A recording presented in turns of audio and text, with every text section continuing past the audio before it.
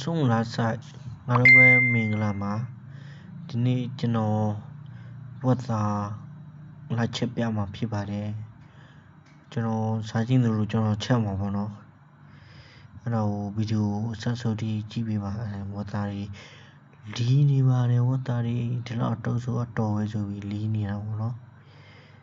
ဝတ်စာကိုလီးနေတာပေါ့နော်ဝတ်စာကျွန်တော်ရဲ့ YouTube channel လေးကိုလည်း subscriber လေးနှိပ်ပြီးကြပါဦးငရုတ်ဒီစားထည့်တယ်စားထည့်တယ်ချုံမုတ်ထည့်တယ်ချုံမုတ်နောက်စုံလက်တော့ပေါ့နော်ငိတ်စနွေးမုတ်ထည့်တယ်ထောင်းတယ်ပေါ့နော်ထောင်းတော့ကြိတ်ကြည်သွားပြီဆိုတော့ကျက်တုံနီတွေပြန်ထည့်တော့ပေါ့နော်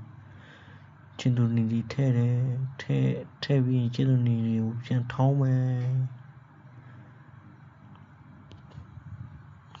ကောထည့်လိုက်ပြီးထောင်းတယ်ထောင်းတော့လူချင်တဲ့အတိုင်းတာတီးပေါ့နော်ကျွန်တော်တိတ်မိုးဆောင်ငရုတ်ကြီးတွေထောင်းမြင့်ကြီးတွေကြားရဆိုပြီးဗီဒီယိုထားရိုက်ပလိုက်စုပ်ပြီးတော့စီထည့်မယ်စီထည့်တယ်ပြီးတော့ဒေဦးမကဲအောင်ဆိုပြီးဟိုဘက်ငွေဒီဘက်မွေတာပေါ့နော်ပြီးရင်ထောင်းတဲ့ငရုတ်ကြီးကိုထည့်တယ်ထည့်တော့မွေတယ်စီတက်ပြီးတော့ဝတ်သားတွေထက်တာပေါ့နော်အမစားထည့်တော့တာပဲဝတ်သားထည့်ပြီးတော့ထက်မွေအောင်ပဲမွေတယ်မွေတစ်ဖက်ကမွေတစ်ဖက်ကဖုတ်ကန်တာအမတဲဦးကမောင်းကြတော့မလို့ဖြစ်တာအဲ့မွေတော့မွေပြီးတော့အမပဲ